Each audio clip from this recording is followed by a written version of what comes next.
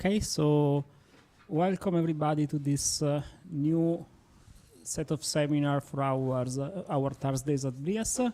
So also today they tell me that I have to move, otherwise the camera will not see me.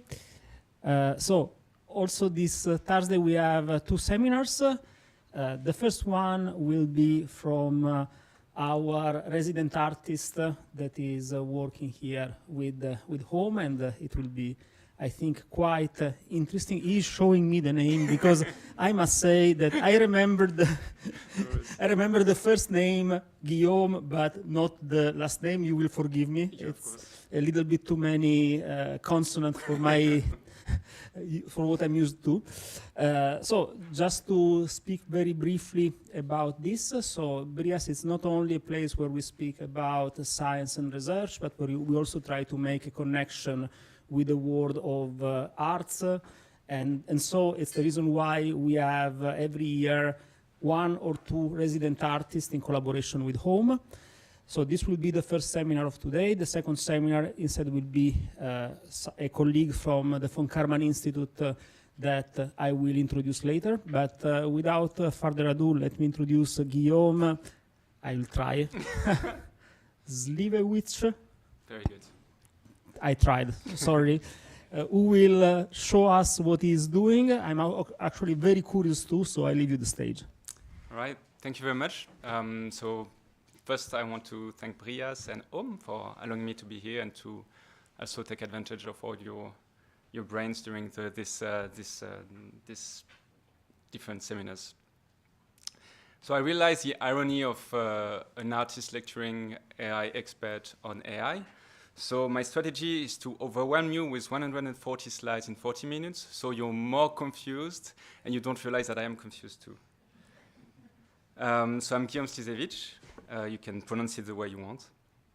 I'm a designer and digital artist, and I work with different medium. It can be ceramic, it can be metal, it can be wood. Usually it's off-screen, but I always work with some kind of machine and some kind of algorithms. So I try to find poetry and evocation in those. So either in using them to create objects, or by studying them and having it as a subject of the artwork or the piece. And this is also true with science. For instance, the stack is a piece, a sculpture, where you have different clay tablets that represent the accumulation of knowledge. And then you can have like a ESP32 at the top that displays some poems through their Wi-Fi network.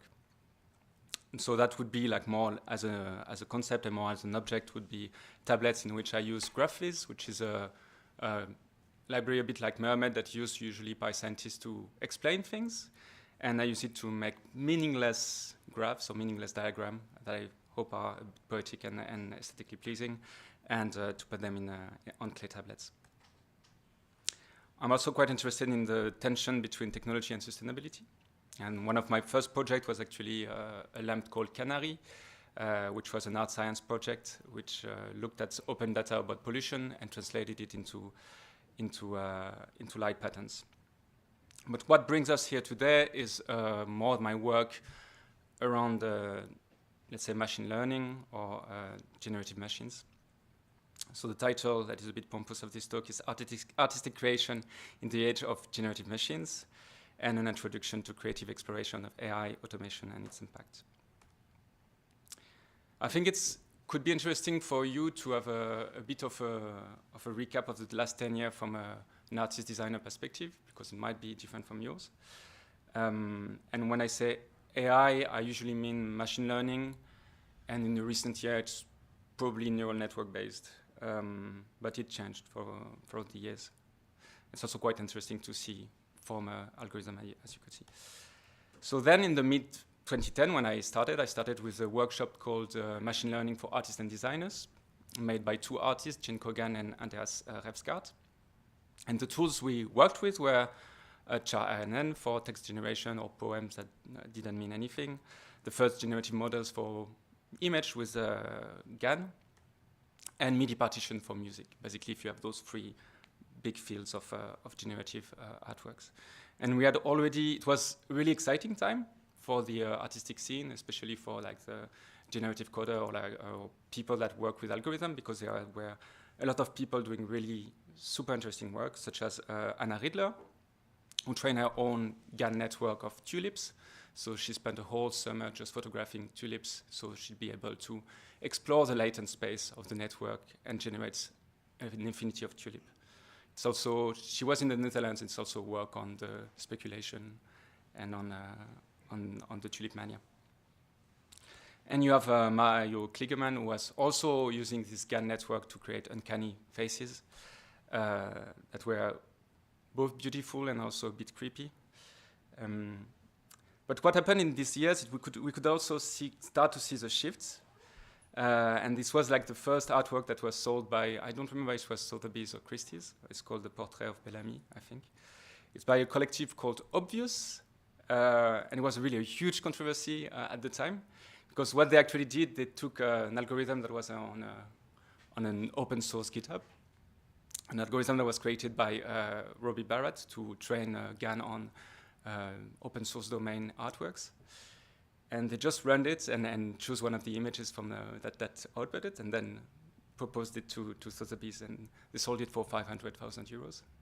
So there was this idea of as well, like, yeah, intellectual property, what does it mean to work with generative machines? And now we have far different tools which make it sometimes really impressive, but maybe less interesting in a way. I mean, we have all the big LLM for full complex poems and text. So I think in 2020, we made a poem generator, and we are so proud. And we are like a French poem generator because it wasn't that easy to make. And then 2 years later, it was just like, yeah, one click of a button. So this tension in generative art is also quite frustrating at times. You have Midjourney for realistic images and illustrations, and you have Suno for full songs with proper structure, which is the most impressive of the past year, I would say. And just by a show of hand, who already used an LLM for text generation? If you did, can you show your hand? Okay. Who did use an image generation software as well? All right. I think in BrIAS you're more DALL-E, if I could see right, than Midjourney. And who did use Suno? Okay, quite a lot actually, because usually it's a bit under the radar at the moment. But I mean, it changed a lot. So that's like in 1 year the evolution of Midjourney, just to give you an idea of like the pace and also the kind of exponential pace of image generation. I mean, you can also argue which one is the most interesting of the two. And in technical requirements, we had different things. So then you had to train your models, you had to understand bugs and GPU dependency, try to install Conda on online servers, and all those skills that now are completely meaningless and useless. And now because you can do everything in one click and use AI as a service. But to be fair, it's also created some new movement and some new journalist movements, such as the I Ask ChatGPT movement. So we can write an article just by asking ChatGPT things. And it was also in 2003, I don't know if you went to any wedding, but every guest was starting their speeches with like, oh, ask ChatGPT about this speech. It's funny the first time, a bit tedious the next 30, but yeah, that's where we were. And then in terms of who were doing the work, who were doing the exploratory work, who were doing the interesting aesthetic work on this, were interested in actually generating things only for, let's say, the creative industry, because people were developing this technology, but for other purposes, like marketing and so on. But let's say the creative side were not completely owned by big corporations at the time, so it was mainly researchers and independent artists. Basically, people were doing that on their weekend when they had time. And now, of course, we have OpenAI, Google, Facebook, LinkedIn influencers, get-rich-quick YouTubers, and the 20 people at Midjourney that influence millions or maybe billions of people. But we also have the CEO of Suno. I don't know if you followed that, but 2 weeks ago, last week, he explained why he's making his software. And he's making his software because really, currently, no one really likes to make music. It's not really enjoyable to make music, which explains why no one does it in their free time, and the rock star look miserable on stage. So this is the end of the intro. to get the context. I hope you followed me that so far. And now I'm going to start with the three parts of more related to my work. And I will start with the pre-ChatGPT, pre-LLM experiment or artworks. And then I will go to carbon technostructure, which is more, I will go to two works that are linked to BrIAS. The first one is carbon technostructure that explore the carbon impact of digital infrastructure. And the last one is synthetic synergies, which is about thinking about cultural evolutions within a robot swarm. So working with AI through sound, text, and images. The first work I'm going to show you is called Acceptall, and the basic principle is that what if cookies and algorithms existed in the physical space? What if all the scripts that micro-targeting you and then that following you on your different devices were also present in physical space?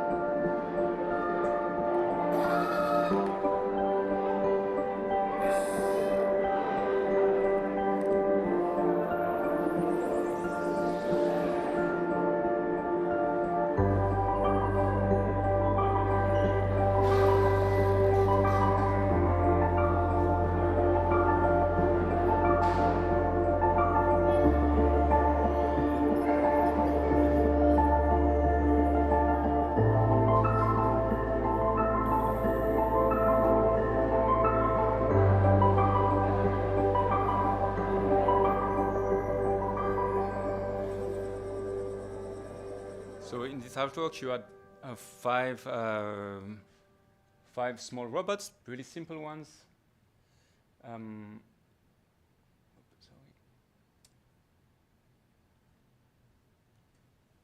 And they were all with object recognition algorithm on it. Could recognize people and then follow them in the exhibition space. And they had all different physical like shell, but also different sounds. So all the sounds came from a video game open source library, and they had all their personalities. And this goes back to the idea of trying to come up with vernacular technology, so not using the technology that is thought in California and made in China, but maybe have something more of craftsmanship of technology here in Belgium or wherever you are. So we worked with different designers to make this shell and have a different visual to it. And it's also a work of art on the edge, so to speak. So you have this idea of local here as well, because all the computing is in the board. So you used at the time Coral boards from Google. Yeah, paradoxical. And the last thing is exploring cuteness as dark patterns. I don't know if you're familiar with dark patterns. Does it ring a bell? No. So dark patterns are used by mainly interface designers. They're kind of tricks and tips to use psychological weaknesses of humans.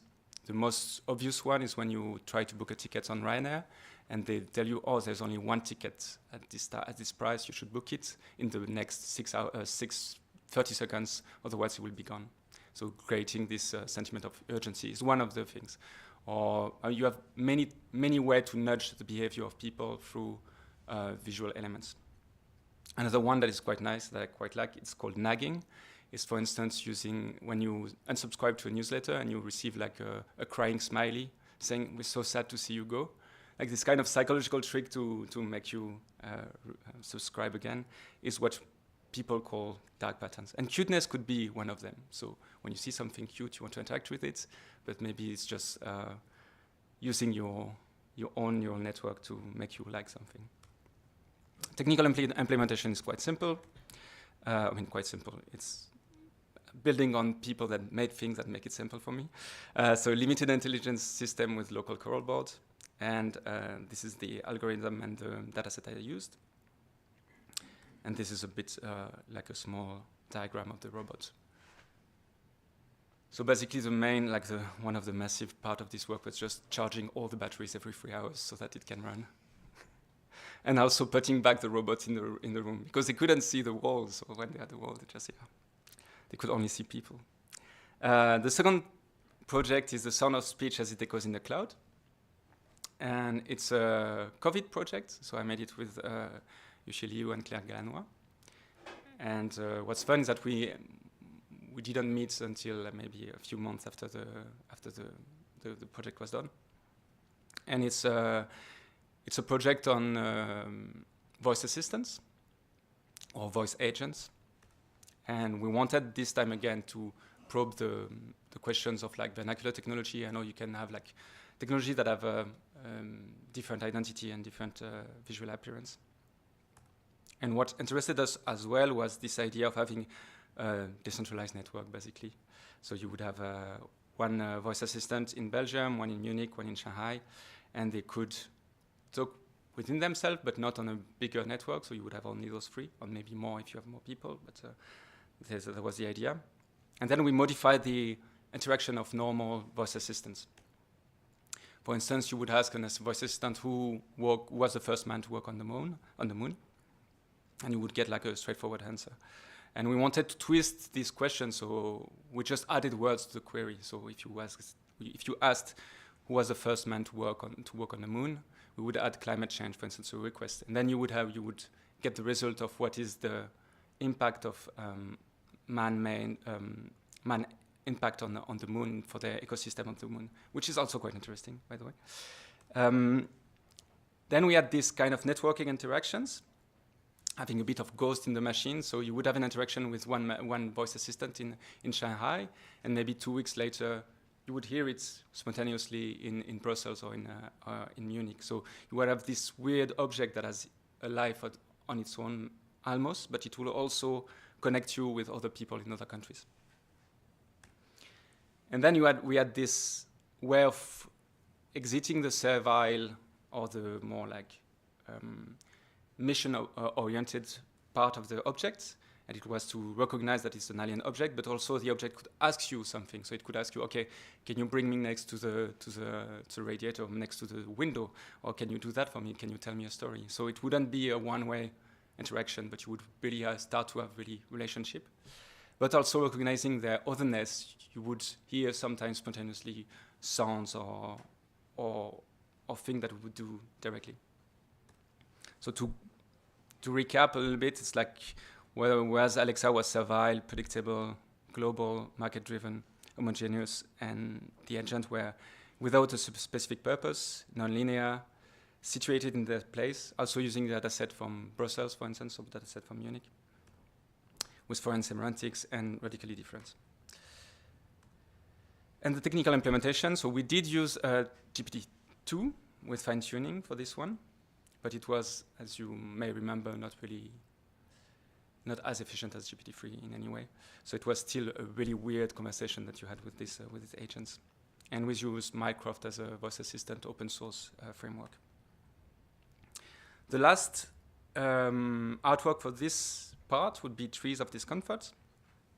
And it's a project from the Anaïs Berg residency made with Reis de Hai. Basically, Anaïs Berg is a project that looks at the relationship between trees, algorithm, and humans.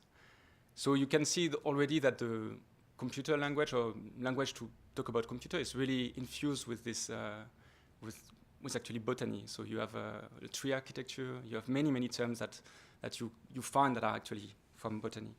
And botany was the first way to classify and to make systems, so it's not really surprising. So we went to do a residency at Maze, at the herbarium, and it's a place that is really full of history, quite legacy, quite deep and quite heavy as well, because it's basically a Leopold II's garden that became public. So you still have plants that came from Leopold's Congo that are still in the herbarium. So you have this whole history, and that is linked as well to Western science. I mean, this classification, this trying to find everything, to categorize everything, and to put everything in data sets. And that was quite interesting to us. And we decided to kind of extend this to the study of one particular data set, which is the Iris data set, which you might be familiar with because it's kind of like a textbook's example, and whenever you start computer science, then you use this. But this data set is I mean, there's a good article about it because there's a lot of things that makes it a bit weird or a bit uncomfortable. Because first of all, apparently the observation are really, you can really see the classification, which is not the case usually in nature. It was first published, I think, in the Annal of Eugenics, which also says a lot about the mindset at the time, and also the mindset of the person that did this data set specifically. And we decided to do a classification, but to do a classification using an old algorithm, compared to the new ones, called the random forest algorithm. And what really interested us in the random forest algorithm is that you have many decision trees. Basically, you give an observation, and each decision tree will classify it as one category or one other, which is almost, and then you tally how many are for this category, how many are for this category. So it's a bit of a democratic algorithm. You can see it as a democracy of algorithms. So each one gives a voice, and then you tally up and you say, okay, this is this one.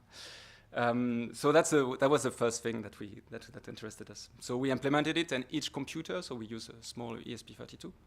Each computer had one decision tree, and you could see their thinking on a small screen.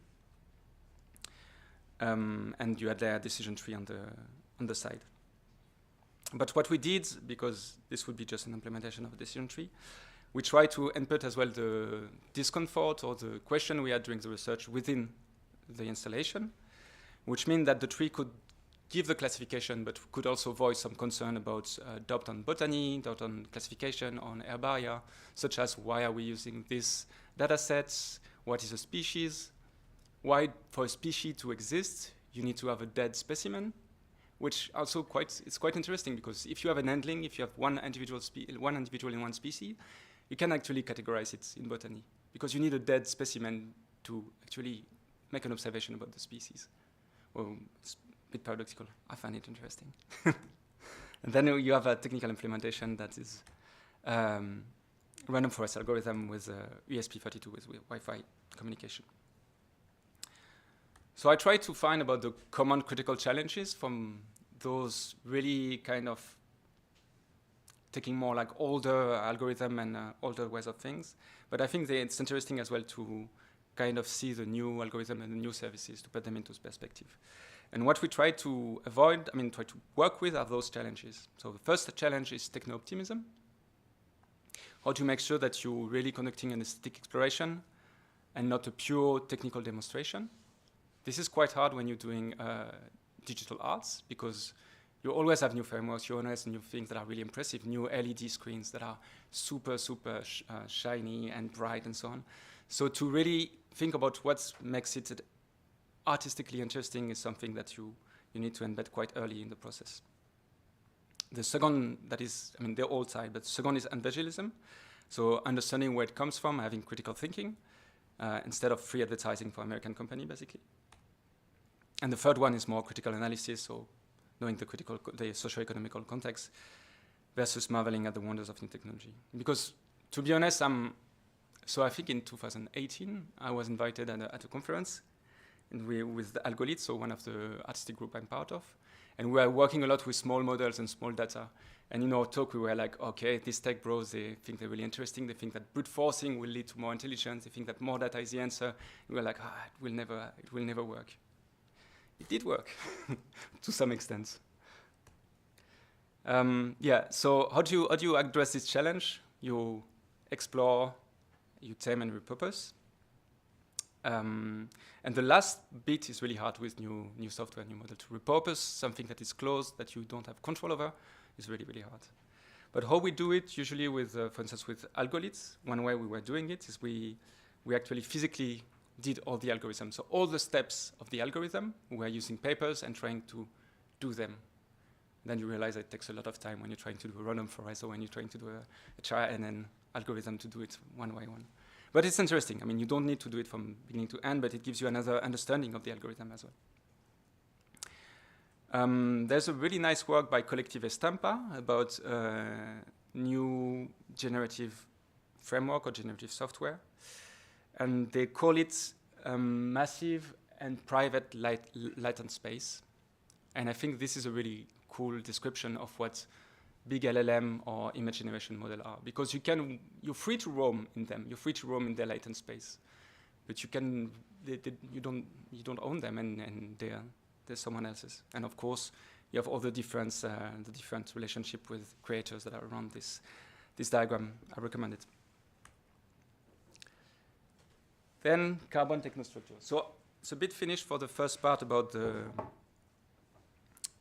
old world. And now I'm going to talk more about the project I presented for BrIAS. I must say that since the advance in Midjourney in LLM, I got less interested in really generative models. So I focused a little bit on, I mean, I still use them, but I focus more on other things, especially more the impact of this technology, and both socially and environmentally. Please feel free to stop me if something is not clear or if you have a comment or remark.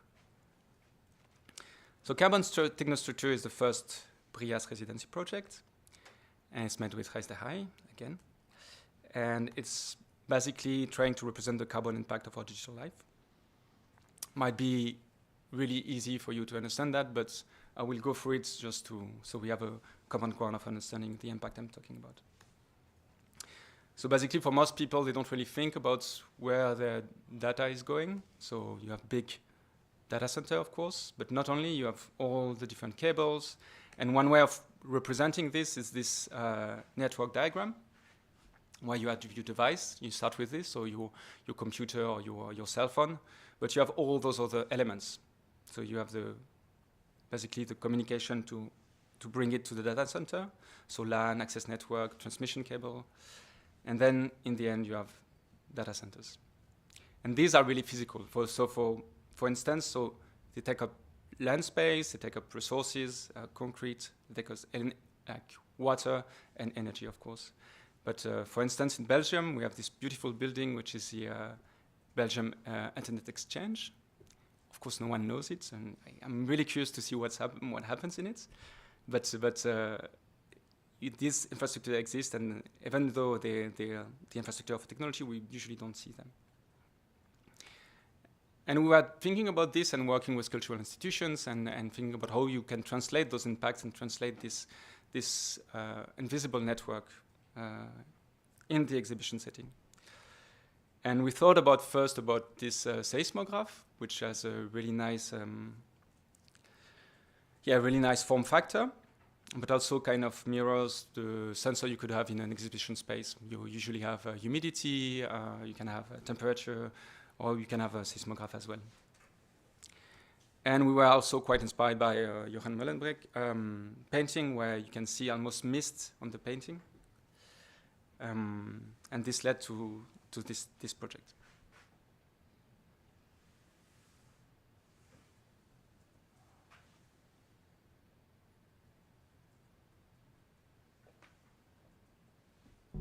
Carbon Technostructure, c'est un projet que j'ai réalisé avec Raise the High dans le cadre d'une résidence organisée par le KIC et le Goethe Institut en Belgique. On cherche lors de ce projet à représenter les infrastructures électriques qui soutiennent nos vies numériques. Donc la façon dont on va faire ça ici, c'est qu'on va utiliser le site internet du lieu dans lequel la machine est exposée. Donc on sait que le site internet du MAD est hébergé à Roubaix en France, et on va s'intéresser à l'énergie qui alimente ce centre de données. D'où vient-elle? Est-ce que ça vient du nucléaire, du solaire, de l'éolien? Ça va nous permettre de calculer l'impact carbone d'une visite de ce site.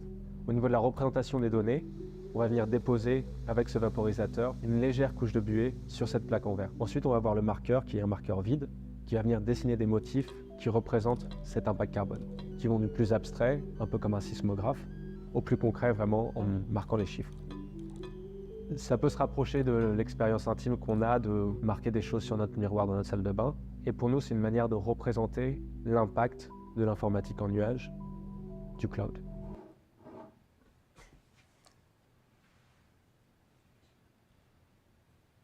So basically, that was the first prototype. It's quite pedagogical. Maybe you want to get a bit away from this. But especially for BrIAS, we would like to bring it to another place.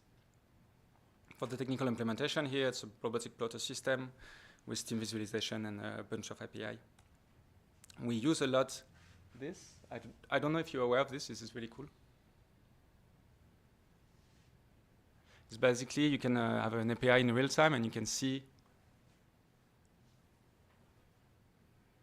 If we go to Belgium, where the energy is coming from. So it was kind of also at the beginning of the project quite important because we knew there was open data about energy production in Europe and also in other parts of the world. But what's really cool about this website is it also shows the export and import of each country. And then you can see that Poland is quite bad for carbon. Okay. And for the future developments, and maybe this is where I will be interested in having more your opinion and also maybe having some of your help for some of you, if you're interested. Project evolution is, the idea is to bring it from website to AI. Of course, we could use a lot of data about training costs and inference impact. So first of all, because last time I saw like a post where like people were making fun of like calculating the impact of an inference of DeepSeek or I don't know. So we are aware that's not so big. You have a lot of articles that were saying, okay, stop the energy apocalypse thing. It's not going to happen. We know that it's only 0.5% of the projected energy demand for the entire world. And especially it's less than crypto and video games, which was, I mean, less than crypto and less than video games, which is quite interesting. I never saw it in that light, but yeah, basically kids playing Fortnite is as big a problem as AI, more or less. Should go back to NES.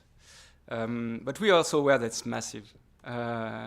So you have Elon Musk making this giant data center, and of course he needs more energy than he has on the grid. So he just put a bunch of generators that are clean, but when you look at the website, it's actually liquid gas. And then you have all the other impacts that are e-waste, of course, and concrete, for instance, which means that this is really crucial, and you can see it in the different declaration of different politicians, and most recently Macron, who kind of aped Trump. And the last thing is that, does it save energy? Does using neural networks save energy? Because I love this study. There is a study that some people did that say, okay, yeah, actually using image generator generate energy, but look at it. If you compare it to like a person creating an image on a computer for 3 hours, then it's less energy. But this shows just a fundamental misunderstanding of what the creative process is. Where instead of spending 3 hours on your computer creating an image, you will just spend 3 hours on Midjourney generating images. This is how it works. So it's theoretically it's quite interesting as a study, but it's completely flawed. And of course, I don't know if you, even if for your articles or anything, when you interact with an LLM, you just don't ask one question and say, okay, yeah, nice, and then you go away. So that's the article if you want to check it. But some people are serious about it. I mean, to be honest, there are some cases where it makes sense. Like if you want to do like rendering for 3Ds, like for instance, this could be much more energy efficient maybe with this type of models. But what we want to do, we want to switch a little bit, because one big problem of this installation is like, yeah, you're talking about carbon impact, but you're actually just making steam, which is one of the least efficient way of conveying information, like writing on steam. It doesn't make much sense from an environmental perspective. And we want to push that even more, because we want to use the waste of the GPU, the energy waste, and harvest this for steam generation. Basically, we want to use this dual cooling system to get mist. We're not sure it will work yet, but we're working on it. So the idea is that you put a GPU with a Raspberry Pi in a container with this liquid. So it's not water, of course. It's another liquid that is has a boiling point much lower, between 39 and 54, I think. Then you put your plotter in the container as well, hoping that the steam will form on your plotter. Maybe putting a cell to make it colder. And then you get the normal system above it that will condense the water and make it, oh, not the water, the liquid, and make it fall down. Yes, but we have a few problems. We don't know. Yeah, and what are we gonna plot on this? And we went. The idea is to go full absurdum and go to ask the model to actually generate what does energy waste look like for him, or what energy does it produce. And this is coming from this visual feedback loop is coming from a test that is so trying to generate his own SVG representing his own carbon impact. And this is coming from a test, I don't know if you know it, it's called the Pelican on the Bike test. It's a test to show to try and probe LLM abilities. And basically you try to ask an LLM to create via SVG the picture of a pelican on a bike. Which is quite, I mean, asking an LLM to create SVG is quite fun because it's not like directly an image, but you can see and it's much lighter as well. So basically it's using this type of probing, but using to ask it to generate its own, a representation of its own carbon impact. Are you confused enough? Yes. Yeah, or maybe, and I'm thinking about the next talk, maybe it should just calculate its own fluid system and how it could generate steam. We have a lot of technical challenges, which you might be able to help with. The biggest one, I think, is from the physics part. It's like, how do you have in terms of tension force, viscosity, fluid dynamic, how do you put it into the glass, and how do you make sure that there is steam? And which hardware, and also how to create heat through computing, and what kind of computing process can you make so that it creates exactly the right amount of evaporation. But we're working on it. So that leads us to the third project. So the first one is quite straightforward. We kind of know where we're going. This is more like an exploratory track where we let's hope it's more in the idea of having crazy idea, like Emmanuel said in the first BrIAS lecture. It's about trying to embed cultural evolution in AI or cultural evolution in robots, because we know that cultural evolution is influenced by technology.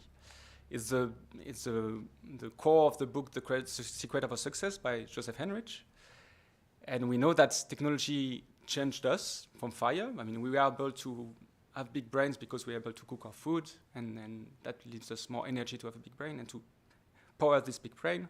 We also know that, for instance, if you learn to read, then your brains develop differently, and you're less good at recognizing faces and those kind of things. But we know that also Tinder changes our culture, and this was explained in a really cool paper called Machine Culture.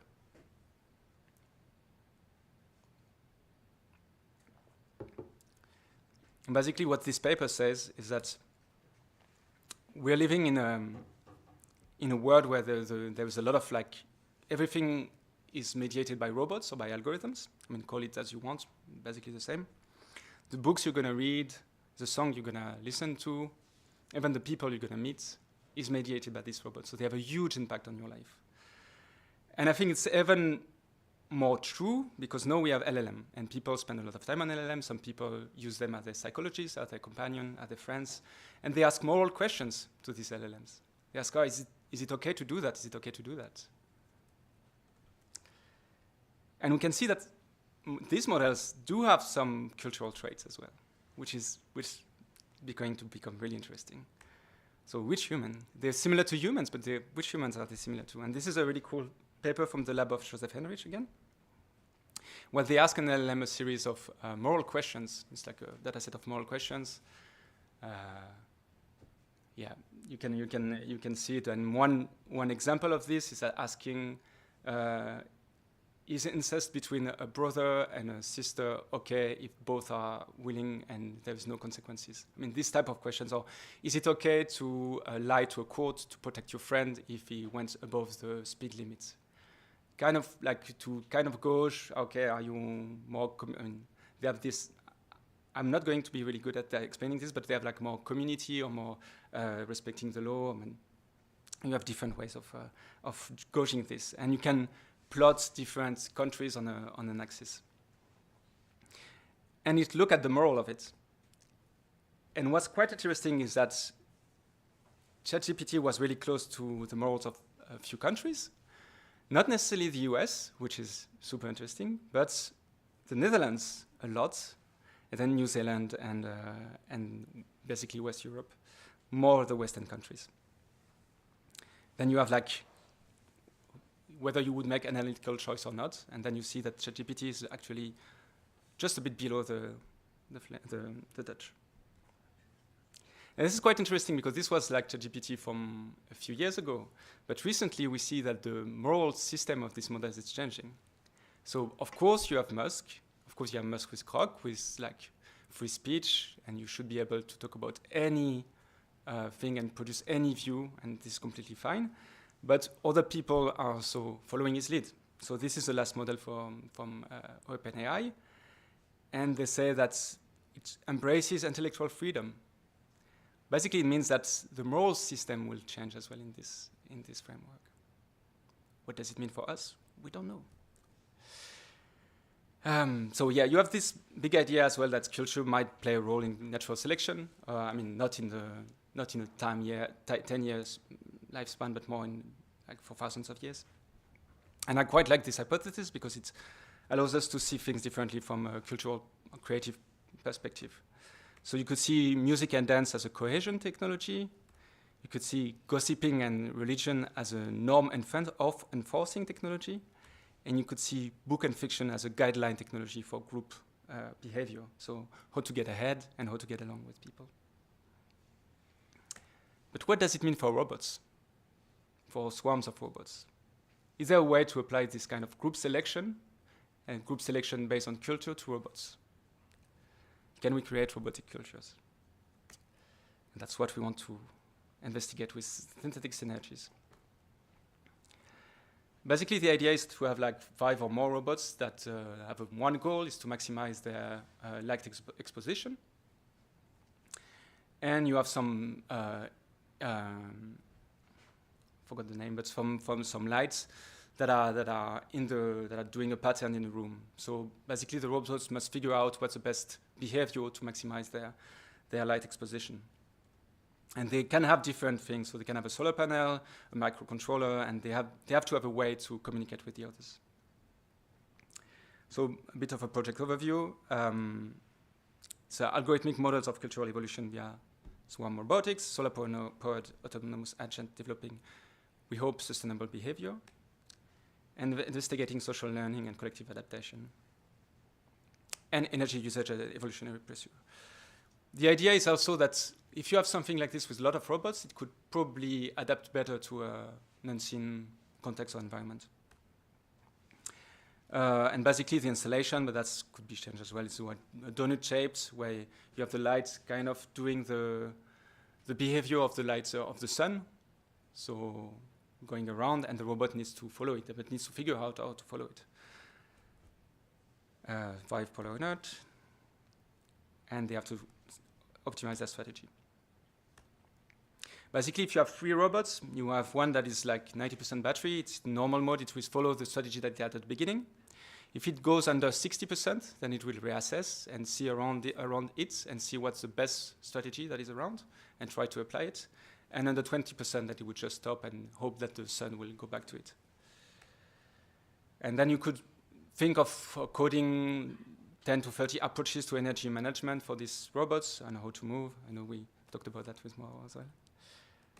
And then you have the strategy evolution side, what I just said. Look, normal operation, cultural transmission, and conservation mode. You could also add some mutation in the process. Let's say when the robot dies, so when it's like 0, when you have to reboot it or recharge it, then you have some mutation, and then it can do some other things. And you could have different strategies, so high activity, energy efficient, minimal movement. I mean, everything is possible. And for possible communication protocol, we have Wi-Fi, infrared, sound maybe. It's not, I mean, this is really early stage, so it's just ideas that might be interesting for you to bounce back. Or cables. I mean, one idea would be to have it only with mechanical arms because it's easier to do. But of course, it's more exciting to do it with wheeled robots. So next steps, choosing hypothesis and experiment conditions and simulation probably. So where does this leave us now that we've seen all those examples? So we've seen that in the first part was more like the social context of creative AI and how it changed in the last 10 years. The second one is more about the carbon impacts. And the third one is more about the evolution of human culture alongside machine culture. And I think it's a bit of a watershed moment at the moment. We need to decide and act upon what we want to, those two cultures and those two creativity, how we want them to collaborate and how it can be, how it can extend human creativity or make human creativity funnier and not having something that is homogeneous and not so fun. But BrIAS is a really cool place for this, to discuss this, and I hope you will ask me questions or have ideas on how to continue this. Thank you very much.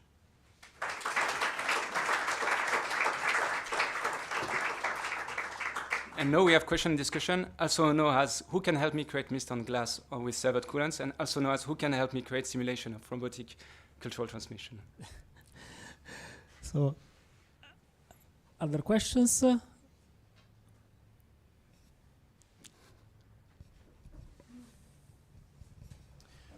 Thank you very much for a very interesting talk. I'm Hannu Toivonen from the University of Helsinki. As an artist who's been working with AI for a long time, how has your personal creativity changed over the time, or how has your view or perception of creativity overall changed as a result of doing all this work and working with AI and seeing generative creative AI moving forward? Yeah, it's a really interesting question because it does have an impact on you. I mean, you can see it with your students, I guess, as well, like in terms of critical thinking, of how you organize your thoughts and how you write. So I'm using these tools. A lot of people in the creative scene actually refuse to use these tools for good reasons, and I understand. Also, I think the joy of coding, for instance, it's a bit killed by some of these tools for some of my some people that do creative coding. Yeah, it's different. I'm not sure I have the perspective, since it's so recent as well and it changes all the time, that I can say exactly how it's impacted. For me, it's more about like seeing what's interesting. And as I said before, I was really excited about generative models and this kind of uncanny valley and the thing that you had texts that were almost humans, but not really, and that was weird and interesting at the same time. And now you just ask a poem and then you have a poem, and then it's just one click or one. It's less interesting per se, which is not to say that you cannot do interesting things with these tools, but the tools in themselves, maybe they became a bit less interesting to investigate. I mean, there's a lot to say about the socio-economical context of these tools, and I have like a full presentation on Midjourney and the biases and the problems it has with it. But I think that the main thing for me is also maybe going back to more physical stuff somehow. So doing more sculpture, doing more things in the physical space instead of doing it on the online or virtual space, let's say. Okay, thanks. You're welcome. Other questions?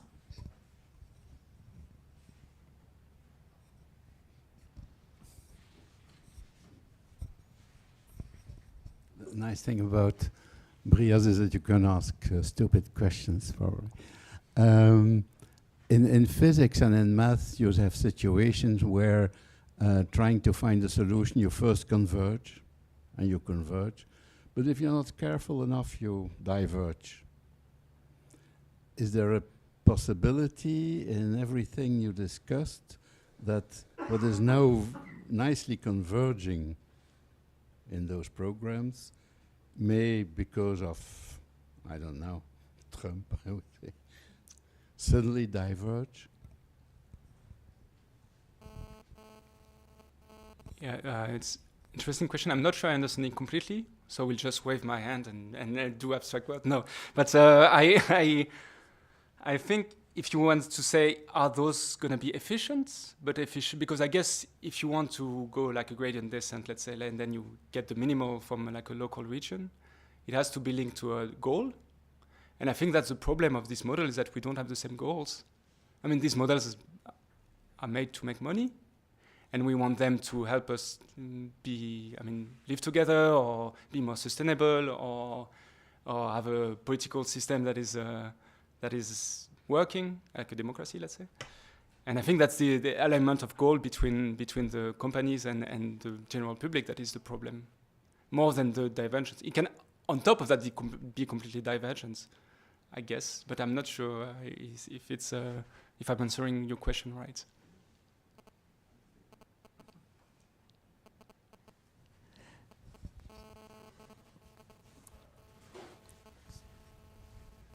Thank you for the presentation. I'm afraid I can't help you with the 2 AKA bullet points that you wrote, but I was more interested in the machine culture you were discussing before, and in particular on slide 124, you showed one of the plots where ChatGPT was like on the second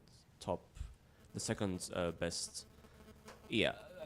So can you a bit elaborate on this? Like, is this like the how ethical each people are in each country? What is this graph? It doesn't make much sense to me. So what is this?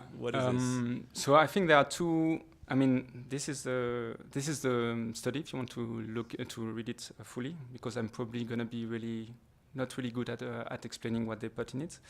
But from what I understood, they ask those kind of moral questions, but they also see how the model respond and what type of how it frames its answer, and if it's more reasons based, or if it's more, let's say, sentiment based, or more relying on something that is not reason. And I think that's why so it could be morals, for instance. Like, say, you cannot do that because it's wrong. So it means it's more aligned with Netherlands and Finland, for instance. Exactly. Yeah. Okay. Because let's say, because you have norms in different countries, and these norms might conflict with like reasoning as it is understood in Western countries or in this study. Okay, thank you. You're welcome. There's a question there.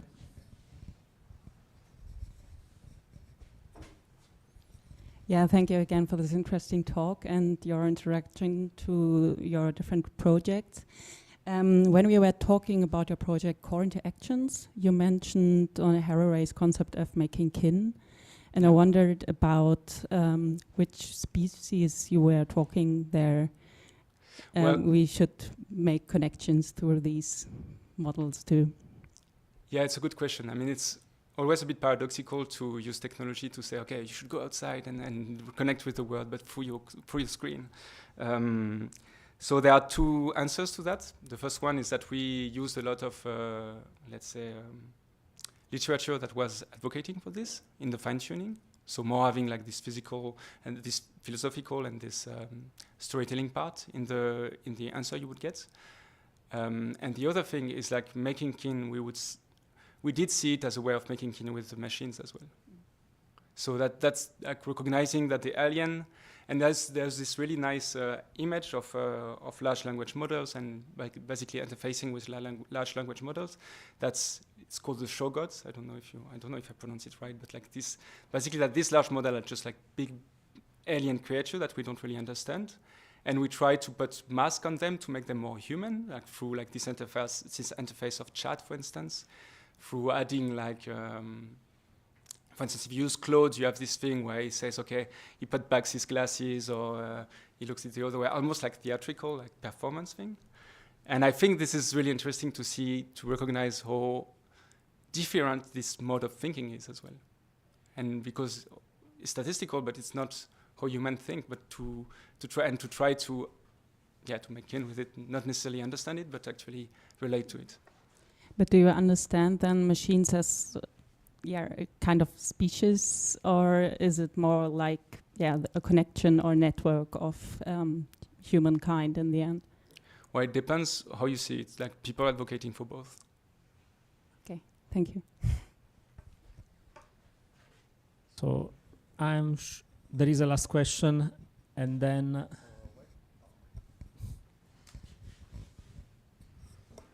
Yeah, so I'll try to keep it really short then. So I was listening to an interesting podcast where Stanford professor Gay Wang was talking about music and AI generation, making the interesting point that that the measure of success that is often taken for these generative AI systems is if they can mimic what humans do. And he was pointing out that that's actually not a very interesting measure of success, because many of these things are things that people really enjoy making. So we don't actually need always sort of like AI tools that can mimic humans. Rather, we're looking for things that the AI systems are better at than humans are, that the things they can do that we cannot do. And he sees a role for arts basically in helping us find sort of like more interesting applications for generative AI. I was just wondering whether that resonates with you, whether you're finding sort of like in your projects, you're finding sort of use cases of AI that sort of like are actually quite challenging, and that's sort of like that pose new challenges for science, back to science again. Well, I would say that's what I'm interested in, like mistakes, bugs, or things that fail and that are interesting, but I think most of the people not, probably. But what's interesting in what you're saying, you would think that those big companies are optimizing for, like, let's say, mimicking humans, but they're not. They're optimizing for success with humans. If you look at Midjourney, the data it has is like people would generate until they have a good enough image, and they can vote, and they can. Midjourney is really, really well done in terms of interface, because they can, first of all, they had first. I mean, they had first the idea of putting everything on Discord, so people could see what other people were doing, and you have like a spread of information that is incredible. It's completely different for ChatGPT, where each user is like in a silo. And the second thing they did is that you had to rate images to get credits. So they had like reinforcement learning for free, but they also had this data, so they know what most people find the most interesting, which is not to say that it's what the art world or the artists find most interesting, which is also an interesting thing, because I think, I mean, art is a completely social construct. So it's also interesting to see what's popular on this platform and how it's not popular within the art community. So here, I'm not sure that they're optimizing for realness. I think they're optimizing for success within the broader audience.